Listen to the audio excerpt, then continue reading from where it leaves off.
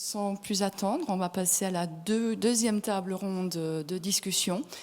Et pour ne pas faire doublon, je vais laisser à Laurent le soin de présenter ses invités. Merci, à tout de suite.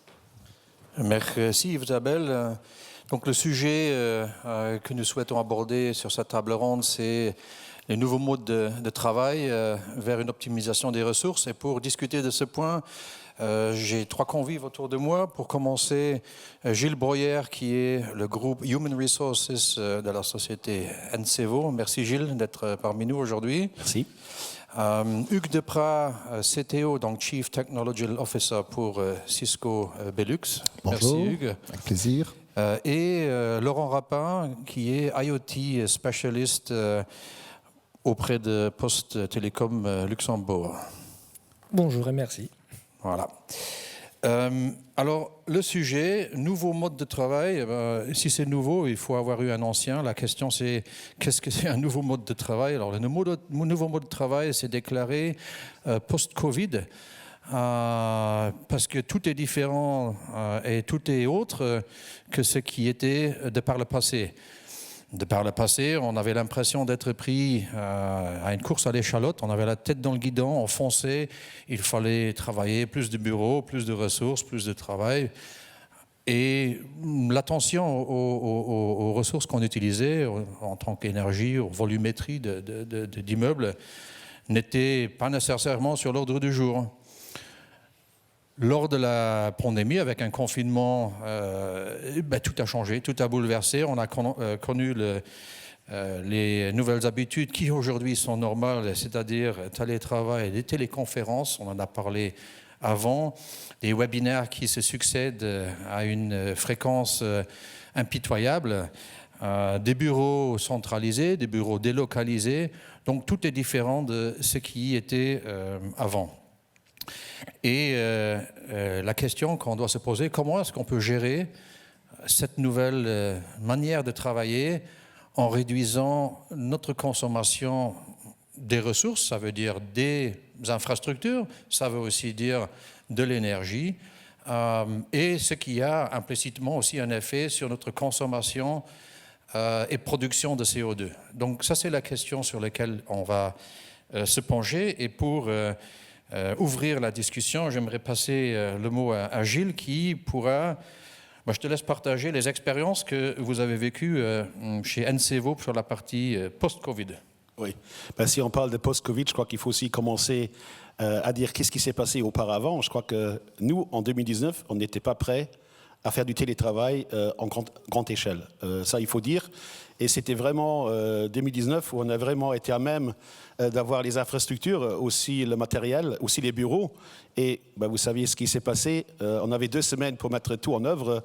Et heureusement, on était prêts. Et quand il y avait le fameux lockdown, il y avait le Covid. Bien sûr, c'était quelque chose qu'on ne connaissait pas. Et par après, on s'est dit, OK, lessons learned. Qu'est-ce qu'il faut maintenant faire pour que le télétravail fait sens aussi après ce Covid?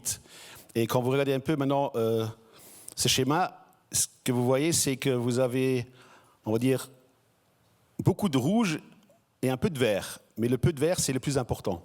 Parce que quand vous parlez avec les gens, quand vous parlez avec les collaborateurs, collaboratrices, ils disent que le plus important pour vraiment arriver à être plus productif, plus efficiente et être plus innovant, c'est ma satisfaction. D'un autre côté, vous avez le manager qui dit « Bon, oui, mais la communication, mon contrôle hiérarchique, le partage de connaissances, ça va aller où ?»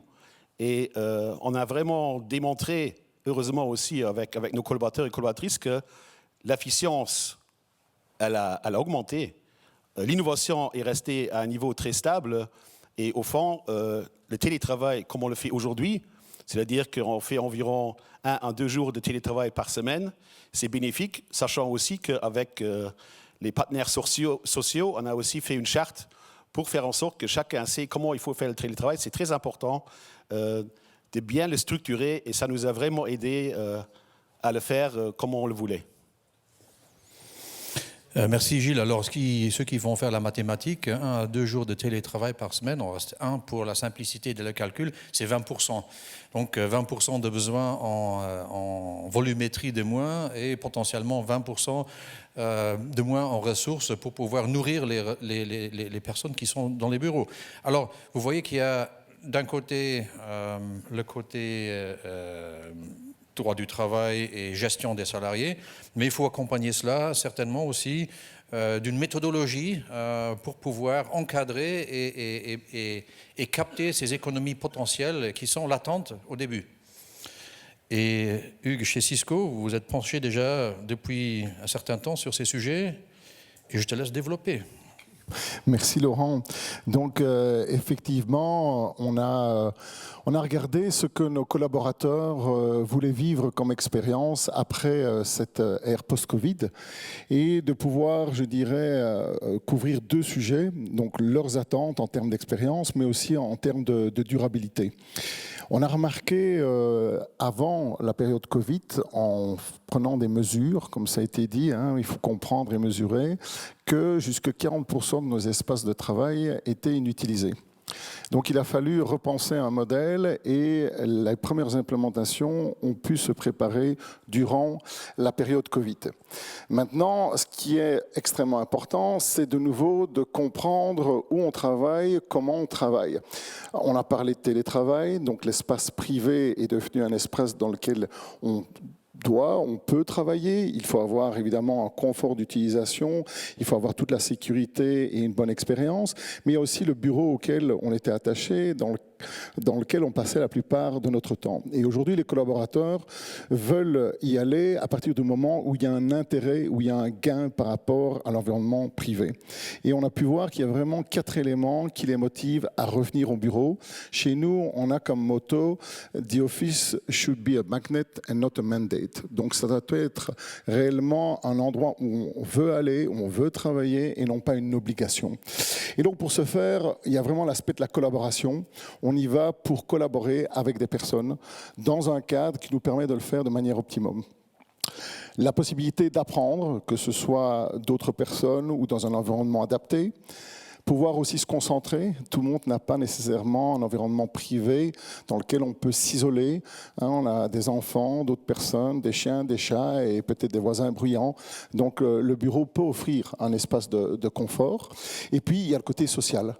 La cafétéria, la cantine, le restaurant. Je me rappellerai toujours de ce bouquin « Never Eat Alone ». On a toujours quelque chose de positif à échanger avec les personnes dans son organisation, voire ceux qui gravitent autour. Et donc, on a repensé nos espaces de travail pour justement essayer d'avoir un impact sur l'utilisateur, sur l'immobilier et sur la durabilité. Et donc, on s'est penché sur, je dirais, ce que le passé et le présent nous avaient déjà donné comme information. Ça a été mentionné, comprendre et mesurer. Vous savez aujourd'hui que dans un bâtiment, à partir du moment où vous avez un réseau sans fil, vous savez voir et comprendre énormément de choses. Donc, vous savez voir combien de laptops, combien de téléphones sont connectés. Et si vous mesurez ça en temps réel, vous savez en déduire comment les personnes se déplacent. On a fait une expérience avec une société pharmaceutique en Belgique. Ils ont mis une caméra devant leur cantine pour vraiment compter le nombre de personnes. Et puis, ils ont regardé le nombre de tickets de caisse, puisque normalement, une personne achète un repas. Et puis, ils ont confronté les données avec ce que le réseau Wi-Fi était capable de voir. Et bien, je peux vous dire que les courbes étaient parfaitement parallèles. Il faut mettre un petit paramètre de correction. Donc, ça veut dire qu'à partir de ce moment-là, on a été capable de voir comment nos utilisateurs se comportaient avant le Covid et comment on pouvait leur offrir un espace de travail qui soit le plus adapté possible. Vous allez voir une petite vidéo qu'on va lancer d'ici quelques secondes. L'espace qui a été rétrofité, donc c'est un bâtiment qui a plus de 50 ans. C'est notre premier bâtiment qu'on a retransformé. Il faut savoir qu'on a pris la décision de fermer 25% de notre parc immobilier pour pouvoir l'adapter et offrir quelque chose de plus performant. Ça veut dire effectivement faire des investissements, mais au total, on a moins de mètres carrés, meilleure expérience et un coût égal.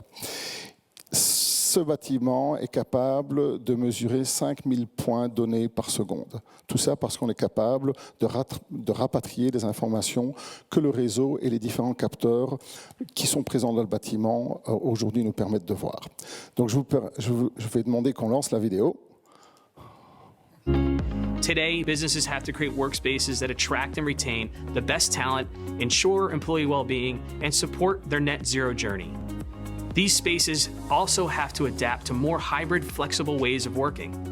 The use of data and technology to optimize and transform your real estate portfolio is the foundation for unlocking the true value of space. We know that a smart building is an important real estate strategy, and you can't manage what you cannot measure. Given we are a technology company, we actually had the data and visibility to make informed decisions. With the dollars we saved, we were able to redefine the value of real estate by deploying smart building technology. And so we defined the outcomes and metrics we needed and applied Cisco's smart building tools to our own building, Penn One in New York City.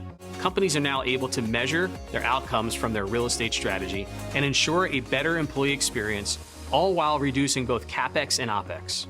For example, here at Penn One, which is 54,000 square feet, we started by defining the outcomes and areas we needed to measure.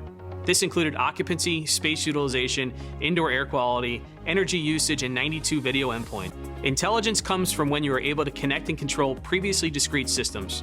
With occupancy data, we can connect with environmental monitoring and control air quality, temperature, and humidity by automatically adjusting blinds, lighting, HVAC settings, and more. Between building a real estate strategy that meets today's needs and embracing digital transformation for tomorrow, there's a bridge. Cisco, the bridge to possible. Donc voilà, vous avez ici un exemple de ce qu'on a pu donc, faire comme rétrofit d'un vieux bâtiment de 50 ans à New York. On est en train de le faire partout dans le monde et le premier bureau européen que vous pourrez visiter avec nous à partir du mois de juin, c'est celui de Paris, dans le cadre aussi des Jeux Olympiques de Paris 2024 que l'on supporte. J'ai parlé tout à l'heure de 5000 points donnés par seconde. Vous dites, mais qu'est-ce que c'est que ça pour une machine ? Mais aujourd'hui, il faut savoir que les points d'accès Wi-Fi, les équipements vidéo ont des capteurs intégrés. Ils mesurent la température, l'humidité, le nombre de personnes, la qualité acoustique, la qualité de l'air. Donc ce sont des informations que vous avez. Donc vous pouvez détecter facilement qu'il n'y a que 2 personnes dans une salle qui est prévue pour 10 personnes, que vous chauffez, que vous éclairiez pour rien. Donc avec de nouveau l'intelligence artificielle, vous êtes capable d'appliquer donc un apprentissage qui va être rétribué aux différents départements, IT, ressources humaines, facilités, pour de nouveau utiliser l'espace de manière optimale. Et c'est vraiment important de voir ça sous cet angle-là. Vous voyez les résultats. Donc, on a pu augmenter l'efficacité énergétique du bâtiment. On a pu améliorer le bien-être de nos collaborateurs. Il faut savoir que ce bureau maintenant est quasiment saturé. Tout le monde revient. Évidemment, on a aussi des visiteurs. Le secret, c'est qu'on a non seulement utilisé le Power vers Ethernet, je vais revenir par après, pour pouvoir structurer tout le bâtiment. Et c'est quelque chose qu'il faut faire avant de penser son bâtiment. C'est quelque chose à discuter avec les architectes. Mais on a aussi mis tout ce qui est vidéo dans l'ensemble du bâtiment. C'est-à-dire qu'on a la possibilité de collaborer en face à face, mais je peux aussi à chaque fois faire rentrer quelqu'un à distance, ce qui veut dire que je suis au bon endroit pour pouvoir collaborer avec qui je veux contacter. Voilà, ça vous donne un peu une idée de ce qu'on est capable de faire. En termes énergétiques, comme je vous ai dit, on a eu la chance de faire ce rétrofit pendant la période Covid où il n'y avait personne. Donc on a pu mesurer avant et après. Vous voyez qu'on a pu diminuer de 20% sur la première période et de 47% sur la deuxième période. Évidemment, c'est une mesure directe de ce qui s'est passé avec les personnes qui ont fréquenté donc, le bâtiment. Voilà, maintenant, on a essayé de regarder un petit peu plus loin et de voir quelles étaient un petit peu les leçons apprises de ce premier exercice en regardant pour une surface de 9300 m², qu'est-ce qu'on pouvait économiser. On peut économiser à la construction, mais on va pouvoir aussi économiser à l'opération. Alors, au niveau de la construction, je vais revenir sur le Power Ethernet, mais en gros, on va utiliser le câblage data pour alimenter les différents éléments, ce qui veut dire qu'on a besoin de moins d'acier et moins de cuivre. Évidemment, ce qui veut dire aussi des économies, à peu près 30 € par mètre carré, et on a été capable d'accélérer le projet puisqu'il y avait moins de corps de métier pour structurer donc tout le câblage du bâtiment. Une fois qu'on a commencé à l'opérer, mais puisque vous avez une optimisation de l'ensemble du bâtiment, notamment aussi en utilisant du shading, donc en hiver, on aime bien que le soleil rentre dans le bâtiment, en été, les personnes le fuient. Donc si vous êtes capable de tout automatiser, vous allez avoir une meilleure efficacité énergétique, donc vous allez pouvoir aussi diminuer la consommation totale. Vous voyez ici à peu près 27 000 kWh par an, à peu près un budget de 9K €. C'est toujours une pierre à l'édifice, et encore une fois, n'oubliez pas le triangle, facilité, technologie, personne. C'est vraiment important de voir ça sous ce triangle. Voilà, Laurent, une petite introduction par rapport à notre expérience. Merci Hugues, mais pas tout le monde a la possibilité de reconstruire tous ces bureaux. Est-ce qu'il faut installer des nouveaux équipements ou est-ce que ces capacités sont déjà inhérentes à vos déploiements habituels ?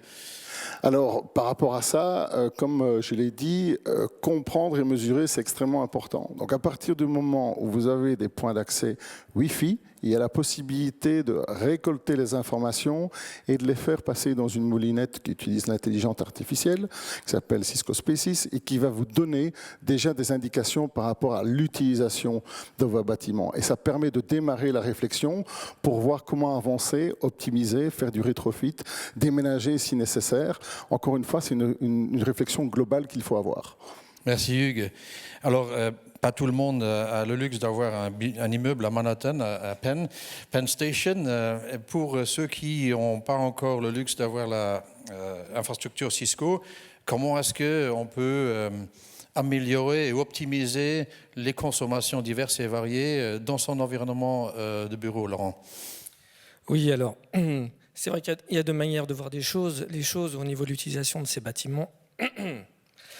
Soit on part d'une feuille blanche, comme on est parti sur le Helix, et on construit un bâtiment moderne, magnifique, et dont les résultats au niveau RSE sont remarquables. Ça, c'est la feuille blanche, ça, c'est le point de départ, mais on a aussi tout un existant. On peut faire du rétrofit de fond en comble, comme vous l'avez fait sur vos bâtiments à New York, ou alors partir sur un existant et revoir un peu la manière d'utiliser les choses. Et quand on parle des choses, on parle surtout à la fois de bureaux, on parle de salles de réunion, on parle de parking. Ce sont vraiment les trois clés, les trois éléments les plus utilisés dans des bâtiments.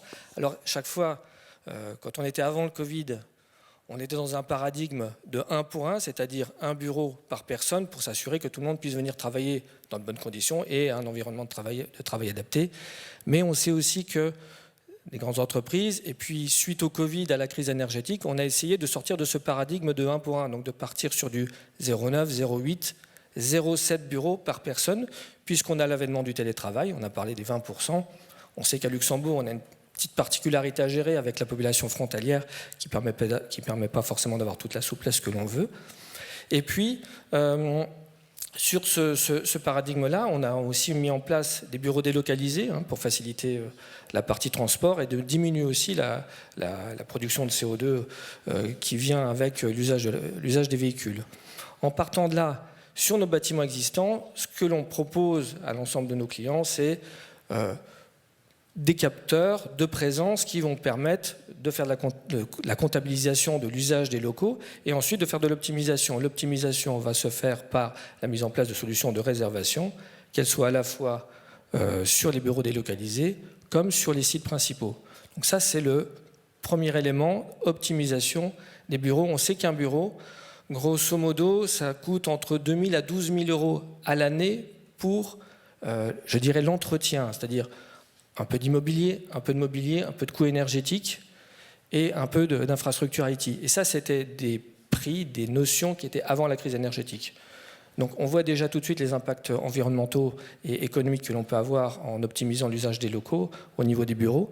Quand on part sur les salles de réunion, même stratégie, compter, évaluer, et on sait qu'une salle de réunion qui est réservée, dans 50% des cas, soit elle n'est pas occupée, soit elle est mal occupée. Et une salle de réunion, c'est 20 à 25 000 euros en moyenne à l'année de coût. Donc là aussi, améliorer, optimiser, rentabiliser et surtout recloisonner quand des salles de réunion trop grandes sont mal utilisées ou si des salles de réunion ne sont tout simplement pas utilisées pour en faire d'autres espaces bureaux, et bien c'est là-dessus que ça s'articule. Voilà dans un premier temps. Et à côté des bureaux, toute la gestion aussi des places de parking est un élément qu'on peut prendre en compte pour les réductions de coûts dans cette nouvelle manière de travailler qui est beaucoup plus hybride. Alors oui, le parking, il y a une notion de coût, il y a aussi une notion de bien-être pour l'employé, savoir se rendre sur son lieu de travail et d'avoir un endroit où on peut se garer à coup sûr, c'est effectivement quelque chose qui est intéressant, voire fondamental. On sait que la voiture est quand même bien développée aussi à Luxembourg. Donc, en partant de là, les solutions IoT orientées Smart Parking vont permettre de faire du comptage à la place pour savoir comment ces parkings sont correctement utilisés. Avec une grande banque de la place, par exemple, pour optimiser et améliorer la proposition de valeur, la proposition de service sur les parkings, ils ont décidé, avec nos solutions, de compter leurs 1700 places de parking et de voir un peu comment elles étaient utilisées. Leur paradigme avant, c'était je distribue 1,4 badges par personne, suite à la solution qui a permis de voir comment les places de parking étaient utilisées. Je peux distribuer 1,6 badges d'accès, donc je peux augmenter l'usage de ces places de parking. On sait aussi qu'en termes de coûts, les places de parking à Luxembourg, on est sur des valeurs à 40 à 80 000 euros en coût d'achat. Il y a aussi des chiffres un peu plus, j'allais dire farfelus, ou plutôt bien plus exagérés, mais on peut monter sur du 200 à 250 000 euros sur la place de parking à Luxembourg, dans des endroits bien ciblés. C'est un beau ticket à ne pas dépenser. Tout à fait. Merci. Alors, on a parlé des technologies pour la gestion des espaces, mais au niveau consommation électrique pure, je pense qu'il y a des évolutions ou des possibilités également. J'ai aussi marqué le point de Wise Tech que je vais utiliser avec la permission plus souvent dans le futur parce que c'est un terme très percutant. Et donc, dans la partie Wise Tech, au niveau consommation énergétique, dans un environnement bureautique, il y a une autre solution qu'on peut mettre en avant de chez Cisco. Je dirais que c'est une solution qui va au-delà de Cisco, mais en tout cas, on y croit. Il y a une solution moyen-long terme et une solution court terme qui est déjà accessible à tout le monde. Au moyen-long terme, ce qu'on a vu, c'est que d'un côté, les équipements qu'on utilise dans les bâtiments vont vers une consommation qui se réduit. Donc si je prends une ampoule de 100 watts incandescente, on a son équivalent en LED à 17 voire 12 watts. Donc ça veut dire qu'on est capable d'alimenter avec moins d'énergie des systèmes qui vont nous donner l'environnement dont on a besoin. D'un autre côté, il y a donc l'évolution de ce qu'on appelle le Power over Ethernet, donc à savoir distribuer de la puissance au courant continu au travers des câbles réseaux qui courent dans la plupart des bâtiments. Cette technologie a évolué. Si il y a une dizaine d'années, on était à 15-30 watts, aujourd'hui, on monte à 90 watts. Ça veut dire que je peux alimenter un point d'accès Wi-Fi, une caméra, un écran, un éclairage intelligent. On peut aller jusqu'à 11 capteurs sur un port, donc d'un équipement de type commutateur qui va délivrer ces 90 watts. Mais ces deux paradigmes font qu'on peut repenser les infrastructures des bâtiments, à condition de le faire au bon moment. Si, entre guillemets, on invite l'IT, une fois que le bâtiment a été construit, on a déjà câblé, à savoir les premières utilités, donc l'eau, l'électricité et le gaz, ben on est trop tard, puisque ici, on propose de faire converger la distribution donc du courant continu dans le bâtiment. Et pourquoi le courant continu? Pour une raison. Quand vous regardez l'ensemble des équipements ici, les lampes, les lecteurs de batch, les écrans, etc., ce sont tous des équipements qui utilisent de la puissance continue, du courant continu. Aujourd'hui, qu'est-ce qu'on reçoit du réseau? Du courant alternatif. Donc vous prenez du courant alternatif, vous le distribuez dans le bâtiment, et à chaque petit point, vous avez un point de conversion. Aujourd'hui, ces points de conversion peuvent représenter jusqu'à 20% de perte de l'énergie qui est distribuée dans un bâtiment. Si on passe tout en Power over Ethernet, on peut réduire ces pertes jusqu'à 45%. Donc c'est un challenge qui doit être pris en amont, discuter avec les professionnels du bâtiment, tout le secteur de l'architecture, pour pouvoir faire ce câblage en amont. Alors je sais que parmi vous, il y a des responsables IT qui vont dire encore une responsabilité supplémentaire sur mon dos, l'électricité maintenant va passer en travers de mes réseaux. Aujourd'hui, je vous challenge de trouver des téléphones classiques et de repenser simplement au débat qu'il y avait il y a 15-20 ans quand la téléphonie allait venir sur le réseau data. C'était la catastrophe. Non, je n'en veux pas. Aujourd'hui, on ne se pose même plus la question. Tout le monde a un casque et la voix, la vidéo passe par le réseau. Et pourquoi pas l'électricité ? Et pourquoi pas l'électricité ? C'est aujourd'hui possible. Et donc, on peut faire des économies. C'est quelque chose que l'on promeut. Donc ça, c'est la première solution moyen-long terme, Laurent.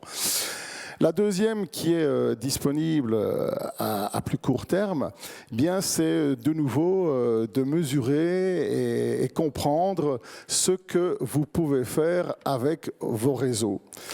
La plupart d'entre vous utilisent des commutateurs, donc des switches qui vont alimenter en port Ethernet des caméras, des écrans, des points d'accès. Et je suis sûr que le soir, quand vous allez vous coucher, la plupart d'entre vous vont couper la lumière et le chauffage dans les pièces que vous n'allez pas occuper pendant la nuit. Et pourquoi est-ce qu'on ne fait pas la même chose au niveau IT ? Le Wi-Fi, dans la plupart des organisations, il a été dimensionné et il tourne à plein régime la journée, mais la nuit, au cas où on aurait, entre guillemets, comme ici, une audience qui va commencer à pomper. Donc on fait tourner à plein régime la nuit un système qui n'en a pas besoin. L'idée est très simple. Soit vous allez programmer simplement le fait qu'on va éteindre les équipements, ou vous avez une possibilité de dire je vais les faire tourner un peu moins rapidement en mode dégradé. Concrètement, une antenne Wi-Fi, elle travaille aujourd'hui dans 3 fréquences. À 4 heures du matin, il y a peut-être du personnel de nettoyage ou un collaborateur qui doit travailler sur un RFP, ça a été dit. Moi, j'espère pas pour lui. Mais en gros, il n'y a pas grand monde. Il y a peut-être des machines qui doivent quand même se connecter des capteurs. Qu'est-ce que vous faites ? Vous avez un point d'accès. Au lieu de le faire travailler dans les 3 fréquences, 2.4, 5 et 6 GHz, vous lui dites 2.4 pour être compatible avec un maximum d'équipements. Il y a 6 antennes. Avec vous alimentez 2 antennes, vous savez couvrir donc le bâtiment, vous avez une expérience cohérente. Ça travaille en gigabit Ethernet. Il y a peu de gens la nuit. Vous passez en fast Ethernet, donc vous diminuez la vitesse de 10. Le port USB, je challenge quelqu'un de surprendre quelqu'un avec une escabelle en train de se plugger sur le port USB. Ça ne sert à rien. Donc on peut programmer en fait simplement de 10h du soir jusqu'à 6h du matin et vous le faites quand vous voulez. Vous dégradez. Et la beauté des systèmes, c'est qu'aujourd'hui, les différents systèmes de type DNA Center, Meraki et autres vous permettent de mesurer avant et après ces mesures. C'est du bon sens, c'est quelque chose de disponible. On a rendu l'automatisation disponible à partir de ce mois de mars. Voilà, c'est des mesures concrètes et simples. Et à partir du moment où on fait rentrer ça dans les organisations, on a aussi cet effet de conscientisation, de rendre responsable la plupart des personnes dans tous les départements. Et je pense qu'on peut trouver un bel équilibre par rapport à ça. Voilà, Laurent, 2 pistes. Merci Hugues. Est-ce qu'il y a des retours d'expérience d'utilisateurs qui ont mis en place ces solutions de modulation de disponibilité ? Alors, il y a eu des premiers retours d'expérience et de partage à Cisco Live à Amsterdam. Donc, vous savez que la Belgique-Luxembourg est souvent regroupée dans les grands environnements corporate avec les pays nordiques. Et les pays nordiques sont extrêmement sensibles à tout ce qui est durabilité. Donc, des collègues norvégiens et danois ont expérimenté les premiers systèmes. Ils préfèrent travailler en mode dégradé plutôt que d'éteindre, parce qu'il faut savoir aussi que si le système est éteint la nuit, vous n'avez pas les données, donc vous manquiez d'informations pour faire converger, optimiser vos systèmes. Voilà, c'était une des premières leçons qui avait été apprise. Il n'y a pas eu de mort d'homme. Ils ont pu continuer à travailler. Maintenant, je sais que parmi vous, il y a des personnes qui gèrent des infrastructures. Il y a toujours la peur de si j'éteins, comment est-ce que ça va se rallumer ?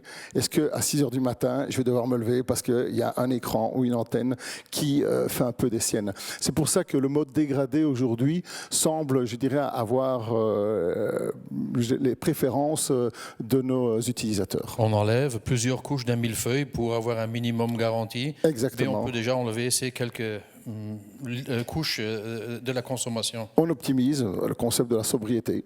Merci. Hugues, Pour passer de la technologie à l'humain, peut-être encore une fois, on a entendu qu'il y a beaucoup de solutions technologiques de gérer les espaces de bureau. Maintenant, il ne faut pas oublier que ça doit être aussi un effet, ça doit avoir un effet sur nos salariés et nos employés. Et la question qui s'impose, c'est comment est-ce qu'on peut faire bénéficier tous les salariés d'une entreprise de ces avantages et comment est-ce qu'on peut garantir la cohésion sociale grâce à ces nouvelles technologies. Gilles. Oui, c'est un grand thème et c'est quelque chose qui nous préoccupe énormément, sachant que, par exemple, chez Creos, 70% de nos employés travaillent à l'extérieur, hein, ils tirent des câbles. Tirer des câbles en télétravaillant, je crois que c'est encore difficile à faire, peut-être ça va venir, mais pour le moment, on n'a pas encore trouvé l'astuce. Mais il faut faire quelque chose, c'est travailler sur le bien-être au travail. Et le bien-être, je crois que ça, c'est pour nous tous, comme les white, comme les blue collar. C'est vraiment parler d'état d'esprit, aussi d'harmonie entre d'un côté les aptitudes, les besoins et les aspirations de nos gens et aussi les contraintes et les possibilités du milieu de travail. Je prends un exemple, on a parlé de sens, on a parlé de valeurs. Si aujourd'hui on embauche des salariés, des talents, aujourd'hui, il faut aussi que la société démontre ses capacités à évoluer. Aujourd'hui, on est demandé nos valeurs, on nous demande aussi la société elle a quel sens et où moi je peux me situer. Et tout ça, c'est très important parce que on sait déjà que recruter des gens, c'est extrêmement difficile, mais de les garder encore beaucoup plus. Alors, j'invite vraiment tout le monde à travailler vraiment sur ces valeurs et aussi sur tout ce qui est environmental footprint, parce que c'est ça que les gens nous demandent aujourd'hui. C'est quel impact ils ont pour vraiment faire avancer la société. Et encore une fois, c'est quelque chose qui est vraiment maintenant au milieu de tout pour faire évoluer la société. Merci Gilles. Est-ce qu'on a le temps de passer aux questions, Isabelle ? Oui, nous avons une question dans le chat et Oui, puis on peut encore prendre une question dans la salle si vous le souhaitez. Oui, il y a Florian qui demande par rapport en fait au signal Wi-Fi dont on a parlé avec le mode dégradé et lui la question si c'est possible d'avoir un mode de veille au lieu d'avoir un mode dégradé. Hugues, je pense que c'est dans ta direction. Oui, donc entre guillemets, à partir du moment où les équipements supportent les protocoles, il y a évidemment moyen, et c'est inhérent, je dirais, au Wi-Fi. Donc les systèmes, tant qu'ils ne sont pas appelés par des clients, ne vont pas, entre guillemets, émettre de manière inutile. Évidemment, c'est quelque chose qui évolue en fonction des technologies, de l'évolution des standards. Mais voilà, c'est inhérent. C'est déjà, entre guillemets, dans les solutions actuelles. Je suis sûr qu'il y a moyen encore d'optimiser, mais le mode idle, entre guillemets, est déjà quelque chose de présent. Merci Hugues. Y a-t-il une question encore dans la salle ?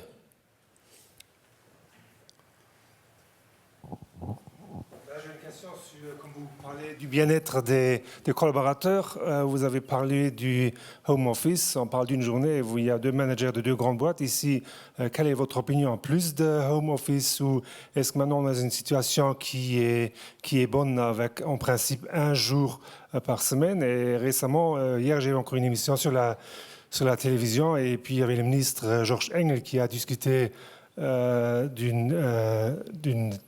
travailler seulement 4 jours par semaine. Quelle est votre opinion sur ce système? Parce qu'apparemment, des tests ont été faits à l'étranger et il y avait vraiment des bonnes résonances sur ces projets. Et votre opinion sur ces deux points? Oui, je peux vous répondre. Déjà, on a demandé notre personnel et il est évident que pour la grande majorité, ils ciblent sur environ 2 journées par semaine. Il n'y en a pas beaucoup qui disent qu'ils veulent, par exemple, travailler à 100% à la maison. C'est vraiment quelque chose. Et on en voit aussi que, normalement, c'est vraiment, on va dire, un élément qui est un facteur très important pour la satisfaction de nos collaborateurs et collaboratrices. Pour le moment, on a 1 journée à voir comment ça va évoluer. Et chez Cisco, la réponse elle est claire et corporate. Chaque employé a le droit de travailler 100% à la maison s'il le désire, en accord avec son management. Il faut évidemment que la fonction le permette. Donc voilà, totale liberté. Maintenant, qu'est-ce qu'on voit, qu'on a passé la période Covid, qu'on revient, on remarque que les personnes ont besoin de collaborer, d'échanger, de se soutenir. Donc les personnes qui sont, je dirais, 100% isolées à la maison, même si elles font de la visioconférence, il n'y a plus ces aspects de spontanéité, d'échange, d'entraide, cette magie de la rencontre à la machine à café ou à la cafétéria. Et donc on a au niveau du management, la culture du groupe. Et donc, on essaye de motiver les groupes, quels que soient ces groupes, comment ils doivent se structurer pour qu'ils puissent travailler là où ils veulent travailler. On va chez nos partenaires faire une réunion, ils peuvent aller au bureau, ils peuvent aller au restaurant, à partir du moment où ce sont les bonnes personnes qui vont travailler dans un cadre qui leur permet vraiment d'optimiser l'expérience et optimiser le temps. Voilà, c'est un peu ce que l'on voit aujourd'hui, mais il y a une volonté, je dirais, chez nos clients à essayer de faire revenir les employés au bureau, mais comme je l'ai dit, ça doit être un aimant, un magnet et pas un mandate. Donc, ils doivent y gagner quelque chose. Et donc, il faut que chaque organisation se pose la question, pourquoi revenir au bureau? Qu'est-ce que je vais pouvoir leur offrir qu'ils n'ont pas à la maison? À partir du moment où on répond à cette question, c'est automatique. Mais il faut effectivement se poser la question, de nouveau, il y a l'IT, il y a les facilities, il y a les ressources humaines, et c'est à trois qu'on a la possibilité de répondre avec évidemment l'input des employés. Merci Hugues. Je propose de clôturer la table ronde. Je remercie Gilles Breuer, Hugues Deprat et Laurent Rapin pour leur participation. Et à l'issue de la conférence, on se retrouvera encore autour du port d'amitié pour d'autres questions, le cas échéant. Merci pour votre attention. Merci.